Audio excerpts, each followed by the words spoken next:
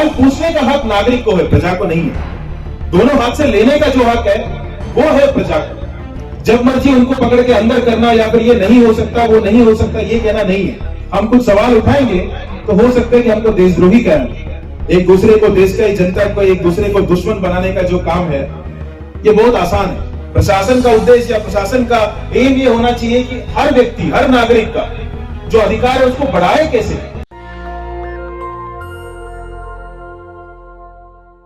जो कुर्सी पे बैठे अपने आप को राजा मानने लग जाते हैं, और जब हम अपने आप को नागरिक समझेंगे तो एक जिम्मेदार, वो खुद भी एक जिम्मेदार नागरिक के तौर पर आपके साथ व्यवहार करेंगे, एक राजा की तरह नहीं। और हम कहीं ना कहीं जो संविधान में लिखा है वो ये नहीं लिखा है कि हम प्रजा है। संविधान ये कहता है कि हम नागरिक हैं। और फर्क सबसे ज्यादा ये है कि हमारे कुछ ऐसे अधिकार है एक नागरिक का जो कोई राजा नहीं, कोई नहीं छीन सकता।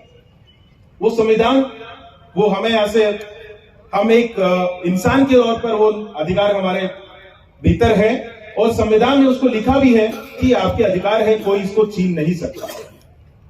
वैसे तो राजा बहुत अच्छे थे, पहले भी आए हैं, बुरे भी आए, उस टाइम भी प्रजा होते थे। पर एक फर्क ये होता था कि प्रजा राजा से सवाल नहीं पूछ सकता था। अगर राजा को लगा कि हाँ इनको कुछ टॉयलेट दे दीजिए या गैस का सिलेंडर दे दो, फर्क यह है कि सिलेंडर दे दो हम ले लेते हैं। उस टाइम पे कुछ अच्छे राजे थे, उन्होंने कुछ और दिया। आज कुछ राजा हैं जो सिलेंडर देते हैं या फिर कुछ टॉयलेट दे देते हैं या कुछ आपको भेंट देते हैं। वो प्रजा होने के नाते हम उसको ले लेते हैं। पर मान लीजिए टॉयलेट में पानी नहीं आता, तो ये पानी क्यों नहीं आ रहा, ये सवाल पूछने के लिए आपको प्रजा से नागरिक बनना पड़ता है। क्योंकि सवाल पूछने का हक नागरिक को है, प्रजा को नहीं है। दोनों हाथ से लेने का जो हक है वो है प्रजा का, सवाल पूछने का नहीं है। इसलिए हमें यह बात को पहले समझना होगा कि हम नागरिक है या प्रजा। जब हम खुद को नागरिक समझेंगे तो किसी और को राजा बनने नहीं देंगे। अपने ही देश में ये मेरा जो खुद का अगर स्टोरी बताऊं तो नॉर्मल फैमिली में था, उसके बाद आईएएस निकला, आईएएस एग्जाम दिया, बना, 2 जगह कलेक्टर रहा। पर एक आध ऐसे कॉन्वर्सेशन हुआ है जहां पे आपको पूछते हैं कि हाँ इसको डाल दो, अंदर डाल दो, जेल में डाल दो या पासा में कर दो, इसको कर दो। पर हम सोचते हैं कि यार किस बात से मैं करूं, उन्होंने कुछ गलत तो किया नहीं। आपको लगता है कि क्योंकि वो परेशान कर रहे हैं, आपसे कुछ सवाल पूछते हैं जो आपको चुभता है, तो उसको अंदर डालो। और कानून के अंदर पावर तो दिया है, ऐसा नहीं है कि पावर तो कुछ भी आप कर सकते हैं। ऐसा कोई ऑफिसर नहीं है जो गैर कानूनी काम करता है। वो कानूनी काम ही करता है पर गलत काम कानूनी ढंग से करता है। तो ये ढूंढता है कि कौन सी कानून के अंदर हम वो गलत काम कर सकता है ताकि कानून के बाहर नहीं करें। तो ये जब आप पूछते हैं कि हम क्यों करें उसको, उनका भी तो कुछ हक है। संविधान में बाबा साहब अम्बेडकर का लिखा हुआ कुछ सारे जो राइट्स, अवकाश, अधिकार उनको दिया हुआ है, और उसको बढ़ाना आपका काम है ऑफिसर के नाते। जब मर्जी उनको पकड़ के अंदर करना या फिर ये नहीं हो सकता वो नहीं हो सकता ये कहना नहीं है। तो जब आप पूछते हैं कि क्यों करूं, तो एक आध बार ऐसे जवाब आए हैं जो अपने आप को राजा समझने वाले लोगों से, तुम्हारा क्या जाता है, कर दो ना। तुम अगर मान लो मैंने कोई कलेक्टर है, डीएम है यहां के, किसी को 2 दिन पकड़ के अंदर कर दिया, आप कोर्ट जाएंगे। 2 दिन के बाद, 15 दिन बाद, 1 महीने बाद, हो सकते 6 महीने के बाद कोर्ट बोल दे कि इसको रिहा कर दो, इसको अंदर करना ठीक नहीं था। जिन्होंने आपको अंदर किया उनका कुछ नुकसान हुआ क्या? कुछ हुआ क्या? कुछ भी नहीं हुआ। ना उनका तबादला हुआ, ना उनके ऊपर कुछ इंक्वायरी बैठी, कुछ भी नहीं हुआ।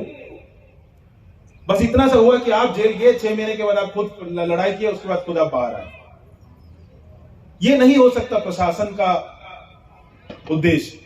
प्रशासन का उद्देश्य या प्रशासन का एम ये होना चाहिए कि हर व्यक्ति, हर नागरिक का जो अधिकार है उसको बढ़ाए कैसे, उनके अपने देश में वो अधिकार कैसे बढ़ाए। हम अगर अपने देश में सवाल नहीं पूछेंगे तो क्या पाकिस्तान में जाके पूछेंगे? ये अपना देश है, मानते हैं हमारा खुद का देश है। हम अगर अपने देश में सवाल नहीं पूछेंगे तो कहां पूछेंगे? जो सत्ता में बैठे हुए उनसे जवाब नहीं मांगेंगे तो किससे मांगेंगे? ये बात समझना है। और यही बात, इसी बात के लिए जो फंडामेंटल राइट्स मैं सबसे ज्यादा मानता हूं, लोग बोलते हैं कि ड्यूटीज या होना चाहिए नागरिक का, नहीं, ड्यूटी बहुत बाद में आता है। अपना राइट, फंडामेंटल राइट्स का जो अवेयरनेस है, उसके बारे में जो जानकारी है, हर एक व्यक्ति के लिए सबसे ज्यादा महत्वपूर्ण वही है। अपनी जनता से बात करने के लिए मुझे चोरी छुपी काम करना पड़ता है। क्यों? यहां समझना है क्योंकि हम अपने आप को, एक लोकतंत्र में ऐसा नहीं था, बात कर सकते थे। यहां पे हम जब अपने आप को प्रजा मानने लग गए तो वो राजा मानने लग गए, और जब राजा मानने लग गए तो आपको ये बताने का उनका हक बन गया कि आप क्या करोगे और क्या नहीं करोगे, आप क्या बोलोगे क्या नहीं बोलोगे। जब मर्जी आपको अंदर कर सकते हैं, जब मर्जी आपको देशद्रोही बनाया जा सकता है। जो सवाल पूछते हैं सत्ता से, उनको एक नाम देकर चुप कराया जा सकता है। बहुत आसान है। अर्बन नक्सल कह दो, खालिस्तानी कह दो, राइस बैक कन्वर्ट कह दो, जिहादी, कुछ। अगर आप कौन है, आप मान लीजिए एक गरीब जंगल से आता है तो नक्सली कहेंगे। अगर मान लीजिए थोड़ा पढ़ा लिखा है, शहर से है, तो अर्बन नक्सल कहेंगे।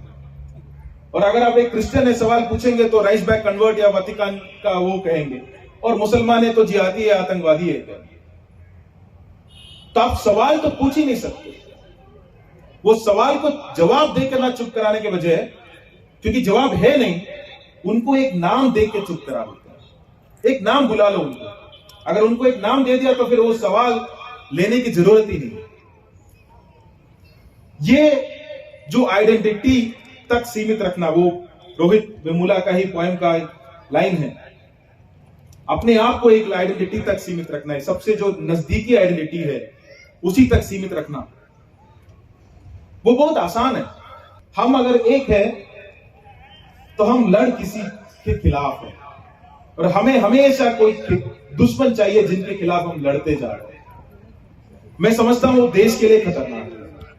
अभी नहीं लगता होगा कि है ना, चलता है, सत्ता में आने के लिए सब कुछ चलता है, पर देश ना 5 साल 10 साल से नहीं बनता। बहुत लंबे टाइम लगता है। इसको बिगाड़ना बहुत आसान है, बहुत ज्यादा आसान है। एक दूसरे को, देश का ही जनता को एक दूसरे को दुश्मन बनाने का जो काम है, ये बहुत आसान है। उसके बाद वापस उनको बोलना कि नहीं, आप दुश्मन नहीं है, इसी देश की जनता है, डूबेगा तो साथ में डूबेगा, उठेगा तो भी साथ में उठेगा। ये बात दोबारा समझाने में बहुत वक्त लगेगा। रिजिग्नेशन किया था, इस्तीफा दिया था जब कश्मीर में जो 370 हटाने के बाद जिस तरीके का वहां के लोगों के ऊपर जो उनकी फंडामेंटल राइट्स है, जो कॉन्स्टिट्यूशनल राइट्स है, उसका हनन करने का निर्णय जब सरकार ने लिया, और उसके बाद 15-20 दिन तक पूरा देश उसको नजरअंदाज करते हुए चुप रहना सीखा। समझा कि ठीक है, हम कुछ सवाल उठाएंगे तो हो सकता है कि हमको देशद्रोही कहें, चाहे वो मीडिया हो, चाहे जुडिशरी हो, चाहे एक्टिविज्म हो।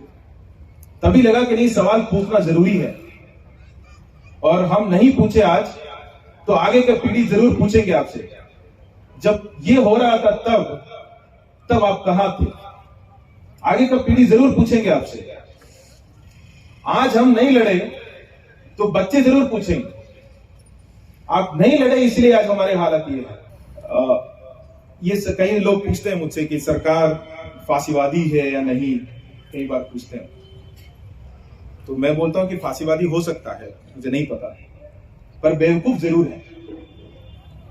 बेवकूफ इसलिए है क्योंकि ये कई सारी चीजें कर बैठते हैं। उनको लगता है कि कुछ करना चाहिए, हम कुछ करने वाले सरकार है, कुछ कर लेते हैं, पर बिना सोचे समझे आगे का करना क्या, उसके बाद करना क्या, ये नहीं सोचते। चाहे वो 370 के बाद जो कश्मीर में किया उसकी बात करो, या नोटबंदी की बात करें, या जीएसटी की बात करें, या सीए एनआरसी की बात करें, या अभी रिसेंटली जो हुआ फार्म लॉस उसके बात करें, जितने भी काम किए, हर एक काम के बाद उन्होंने कुछ तो किया। पर एक ही संदेश में मेरा जो दिल से मैं देना चाहता हूं वो यही है, जो नागरिक है वो सवाल पूछते हैं, और हम अपने देश में सवाल नहीं पूछेंगे तो कहां पूछेंगे। धन्यवाद। जय हिंद। नेशनल दस्तक की आपसे गुजारिश है कि अगर इसको बचाना चाहते हैं तो नेशनल दस्तक को सब्सक्राइब करने के लिए रेड कलर के सब्सक्राइब बटन को दबाएं, फिर बेल आइकन की घंटी दबाएं। नेशनल दस्तक को बचाने के लिए बहुत जरूरी है कि हर खबर को शेयर करें, लाइक करें, कमेंट जरूर करें।